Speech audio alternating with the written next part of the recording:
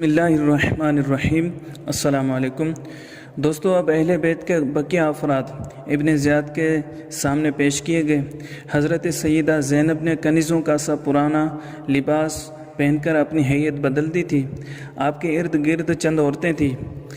ابن زیاد بدنہاد نے پوچھا، یہ کون ہے؟ آپ نے کوئی جواب نہ دیا۔ اس نے دوسری تیسری بار پوچھا، پھر بھی آپ نے کوئی جواب نہ دیا۔ تو ایک عورت نے کہا کہ یہ زینب بنت فاطمہ ہیں۔ یہ سن کر مردود نے کہا، خدا کا شکر ہے جس نے تمہیں رسوا کیا اور تمہاری جدتوں کو جھٹلایا، معاذ اللہ۔ شیر خدا کی بیٹی نے فرمایا، خدا کا شکر ہے کہ جس نے ہمیں بوجہ اولاد محمد صلی اللہ علیہ وسلم ہونے کے مکرم و معظم بنایا اور ہمیں پاک کیا، جیسا کہ حق ہے پاک کرنے کا، نہ کہ جیسا تو کہتا ہے۔ بلا شبہ فاسق و فاجر ہی رسوا ہوں گے اور جھٹلائے جائیں گے۔ ظالم کہنے لگا، تم نے دیکھا خدا نے تمہارے اہل بیت کے ساتھ کیسا سلوک کیا؟ سیدہ نے فرمایا، ان کے لیے شہادت مقدر ہو چکی تھی، اس لیے وہ مقتل میں آئے، اور عنقریب وہ اور تم اللہ تعالیٰ کے حضور جمع ہوں گے۔ اس وقت وہ اس کے سامنے اس کا انصاف طلب کریں گے۔ یہ دندان شکن جواب سن کر ابن زیاد غضبناک ہو کر کہنے لگا، خدا نے تمہارے اہل بیت کے سرکش اور نافرمان آدمی سے میرے غصے کو ٹھنڈا کر دیا۔ ظالم کے ان الفاظ نے سیدہ کو تڑپا دیا۔ وہ انتہائی درد کے ساتھ روئیں اور فرمایا، میری عمر کی قسم، تو نے میرے ادھیڑوں کو قتل کیا، میرے خاندان کو تباہ کیا، میری شاخوں کو کاٹا اور میری جڑ کو اکھاڑا۔ اگر اسی سے تیری تسکین اور تیرا دل ٹھنڈا ہونا تھا تو بے شک ہو گیا۔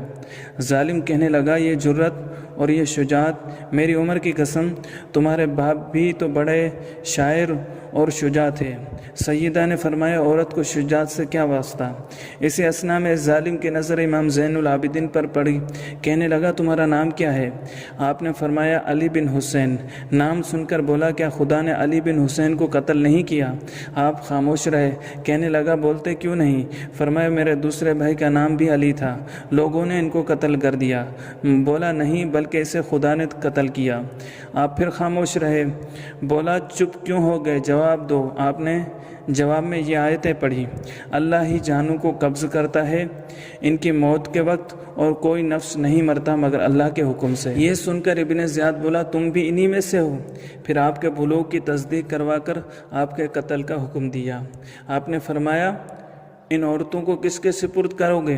ظالم کے اس انتہائی سفاکانہ حکم کو سن کر سیدہ زینب تڑپ گئیں اور زین العابدین کو اپنی آغوش میں لے کر ان سے چمٹ گئیں اور نہایت درد انگیز انداز میں فرمایا، کیا ابھی تک تم ہمارے خون سے سیراب نہیں ہوئے؟ تم نے کس کو باقی چھوڑا ہے؟ کیا یہ ایک آسرا بھی باقی نہ رکھو گے؟ خدا کے لیے جو مصیبتیں ہم پر گزر چکی ہیں ان پر بس کرو۔ جانثار پھپھی نے عابد حزین کے گلے میں باہیں ڈال کر کہا، ابن زیاد، میں تجھے خدا کا واسطہ دے کر ایک سوال کرتی ہوں کہ اگر ان کو قتل کرو تو ان کے ساتھ مجھے بھی کر دو۔ لیکن زین العابدین پر مطلقاً کوئی خوف و ہراس طاری نہ ہوا۔ انہوں نے نہایت اطمینان و وقار کے ساتھ فرمایا، اگر تم لوگ مجھے ہی قتل کرنا چاہتے ہو تو قرابت داری کا لحاظ اور پاس کرتے ہوئے کسی متقی اور شریف آدمی کو ان عورتوں کے ساتھ کر دو جو ان کو عزت و شرافت کے ساتھ وطن پہنچا دے۔ زین العابدین کی یہ بات سن کر ابن زیاد دیر تک دونوں پھپھی بھتیجے کا منہ تکتا رہا۔ آخر اس شقی کا دل پسیج گیا۔ اس نے حکم دیا کہ اس لڑکے کو ان عورتوں کے ساتھ رہنے کے لیے چھوڑ دو۔ اس کے بعد اعلان ہوا کہ لوگ مسجد میں جمع ہو جائیں۔ جب لوگ جمع ہو گئے تو ابن زیاد نے ممبر پر کھڑے ہو کر کہا، خدا کا شکر ہے جس نے امیر المؤمنین یزید بن معاویہ اور ان کے ساتھیوں کی مدد کی اور ان کو فتح و نصرت سے نوازا، اور کذاب ابن کذاب حسین بن علی اور ان کے رفقا کو شکست دی اور قتل کیا، معاذ اللہ ثم معاذ اللہ۔ جب ظالم نے حضرت علی اور حضرت حسین کو کذاب کہا تو حضرت عبداللہ بن عفیف ازدی، جو حضرت علی رضی اللہ تعالیٰ عنہ کے دوستوں میں سے ایک بزرگ تھے اور دونوں آنکھوں سے نابین تھے اور سارا دن مسجد میں ذکر و اذکار اور نماز پڑھنے میں گزارتے تھے، وہ بہت بے تاب ہو کر اٹھے اور بڑے مجمع میں کہا، او ابن مرجانہ، تو بھی کذاب ہے، تیرا باپ بھی کذاب تھا، تم لوگ اولاد رسول کو قتل کرتے ہو اور باتیں ایسی کرتے ہو جیسے صدیقین ہوتے ہیں۔ ابن زیاد نے کہا اس کو پکڑ لو۔ سپاہیوں نے ان کو گرفتار کر لیا۔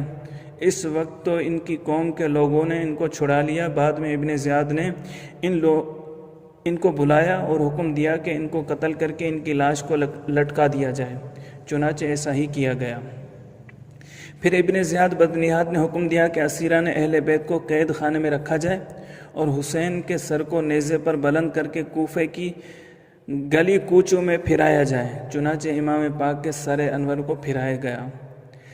جب اہل بیت نبوت کے بقیہ افراد کوفہ پہنچے تو ان کی حالت زار اور عالم بے کسی کو دیکھ کر اہل کوفہ زور زور سے رونے اور ماتم کرنے لگے۔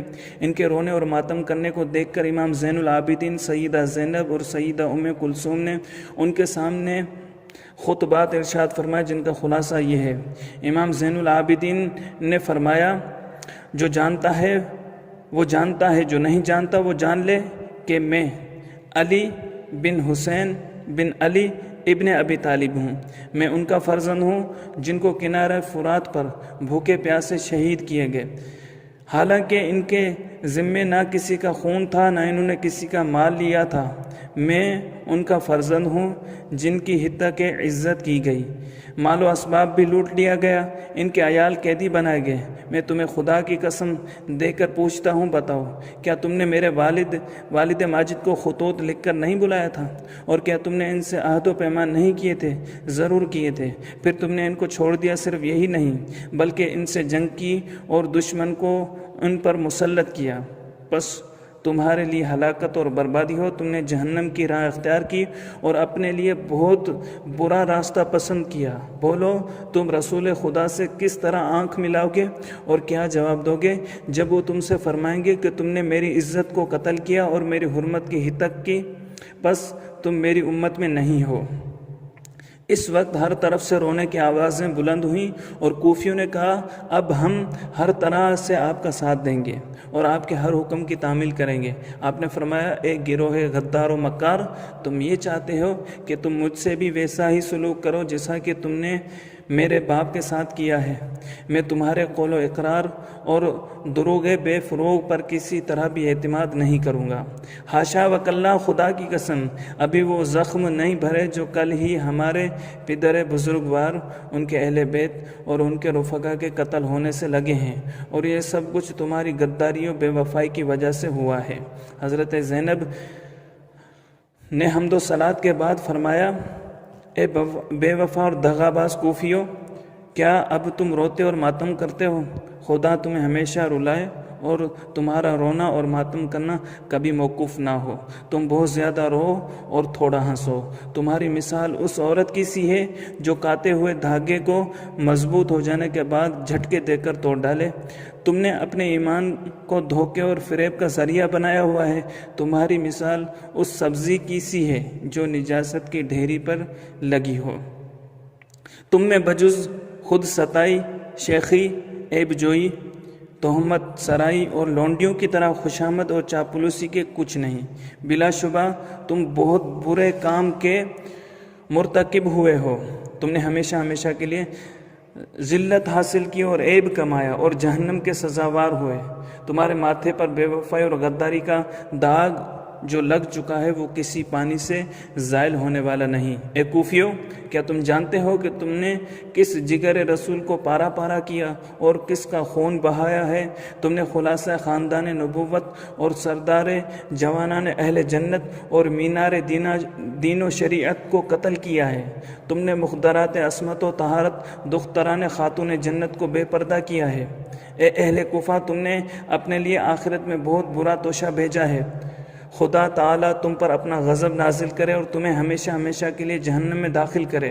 حضرت ام کلثوم نے حمد و صلات کے بعد فرمایا، اے کوفہ والو، تمہارا برا حال ہو اور تمہارے منہ سیاہ ہوں۔ تم نے میرے پیارے بھائی کو بلایا، پھر ان کو چھوڑ دیا اور ان کی مدد نہ کی۔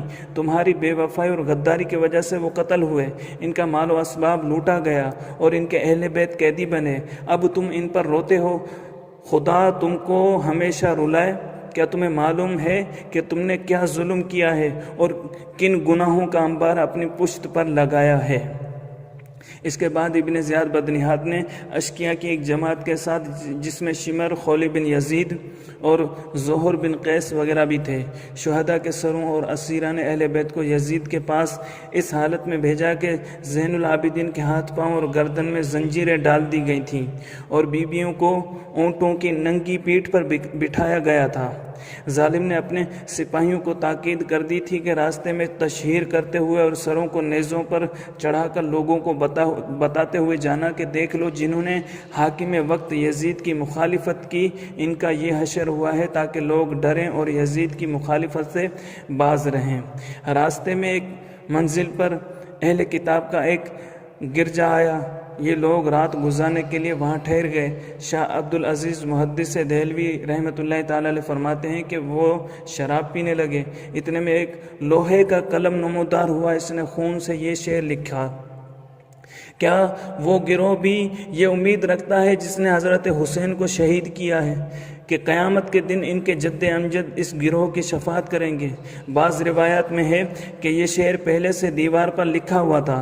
جب ان بدبختوں نے دیکھا تو دیر کے راہب سے پوچھا کہ یہ شعر کس نے لکھا ہے اور کب کا لکھا ہوا ہے؟ راہب نے کہا، یہ شعر تمہارے نبی کے مبعوث ہونے سے 500 برس پہلے کا لکھا ہوا ہے۔ علامہ ابن کثیر ابن عساکر سے روایت فرماتے ہیں کہ لوگوں کا ایک لشکر بسلسلہ جنگ بلاد روم کی طرف گیا، انہوں نے وہاں ایک کنیسے میں یہ بھی شعر لکھا ہوا پایا، تو ان سے پوچھا کہ یہ شعر کس نے لکھا ہے؟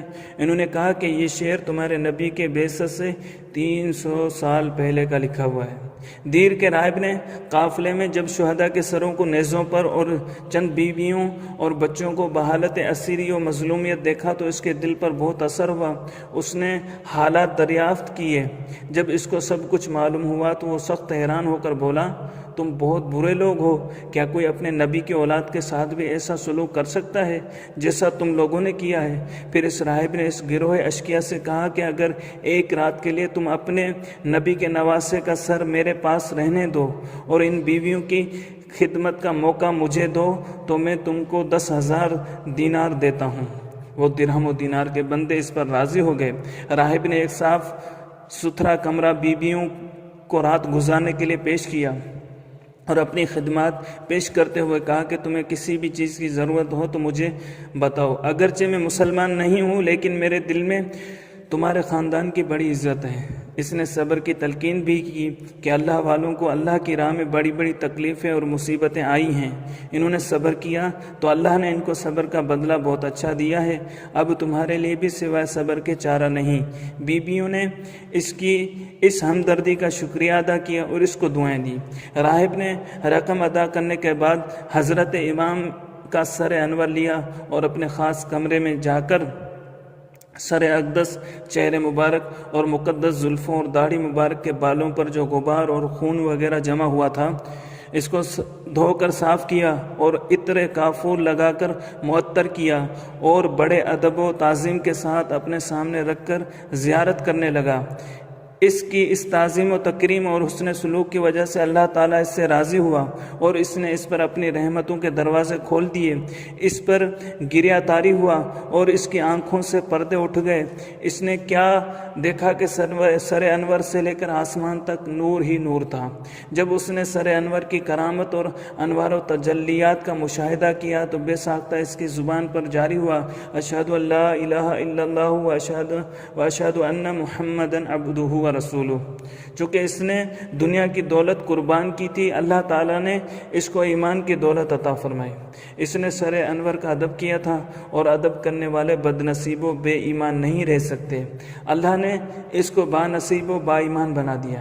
اس نے رسول زادیوں کو دعائیں حاصل کی تھیں، وہ دعائیں رنگ لے آئیں اور اس کی تقدیر بدل گئی، چنانچہ اس نے دیر کو ہمیشہ ہمیشہ کے لیے چھوڑ دیا اور سچے دل سے اہل بیت اطہار کا مطیع و خادم بن گیا۔ یہاں ایک اور سخت عبرت خیز واقعہ ہوا، وہ یہ کہ اس گروہ اشکیا نے لشکر امام علی مقام اور ان کے خیموں سے جو درہم و دینار لوٹے تھے اور دیکھ بھال کے لیے محفوظ کر لیے تھے اور جو راہب سے لیے تھے ان کو تقسیم کرنے کے لیے جب تھیلیوں کے منہ کھولے تو کیا دیکھا کہ وہ سب درہم و دینار ٹھکریاں بنے ہوئے تھے، اور ان کی ایک طرف یہ تھا کہ اللہ تعالیٰ کو ظالموں کے کردار سے غافل مت سمجھو، اور دوسری طرف یہ لکھا ہوا تھا کہ اور ظلم کرنے والے عنقریب جان لیں گے کہ وہ کس کروٹ پر بیٹھتے ہیں۔ یہ قدرت کی طرف سے ایک سبق، ایک تنبیہ تھی کہ بدبختو تم نے اس فانی دنیا کے لیے دین چھوڑا اور آل رسول صلی اللہ علیہ وسلم پر ظلم و ستم کیا۔ یاد رکھو دین تو تم نے چھوڑ ہی دیا، اور جس فانی و بے وفا دنیا کے لیے چھوڑا وہ بھی تمہارے ہاتھ نہیں آئے گی۔ تاریخ شاہد ہے کہ مسلمانوں نے جب کبھی بھی دین کے مقابلے میں دنیا کو ترجیح دی اور دین چھوڑ کر دنیا کو اختیار کیا، پھر دنیا بھی ان کے پاس نہ رہی اور وہ دارین میں خسران کے سزاوار ہوئے۔ اور جنہوں نے فانی دنیا کو لات مار دی اور دین و ایمان کو نہیں چھوڑا بلکہ اپنے کردار اور عمل سے ثابت کر دیا، تو دنیا ان کے پیچھے پیچھے ہو گئی اور وہ دارین میں سرخ رو ہوئے۔ انہی لوگوں کو نوید ایزدی سناتے ہوئے علامہ اقبال نے کہا کہ محمد سے وفا تو نے تو ہم تیرے ہیں، یہ جہاں چیز ہے کیا لوح و قلم تیرے ہیں۔ دوستو اگر آپ کو ہماری یہ ویڈیو پسند آئی ہے تو لائک کیجئے، کمنٹ کیجئے، اپنے دوستوں کے ساتھ شیئر کیجئے، اور آپ نے ابھی تک ہمارے چینل کو سبسکرائب نہیں کیا تو چینل کو سبسکرائب کر لیجئے تاکہ ہماری ہر نئی آنے والی ویڈیو آپ تک بآسانی پہنچ سکے۔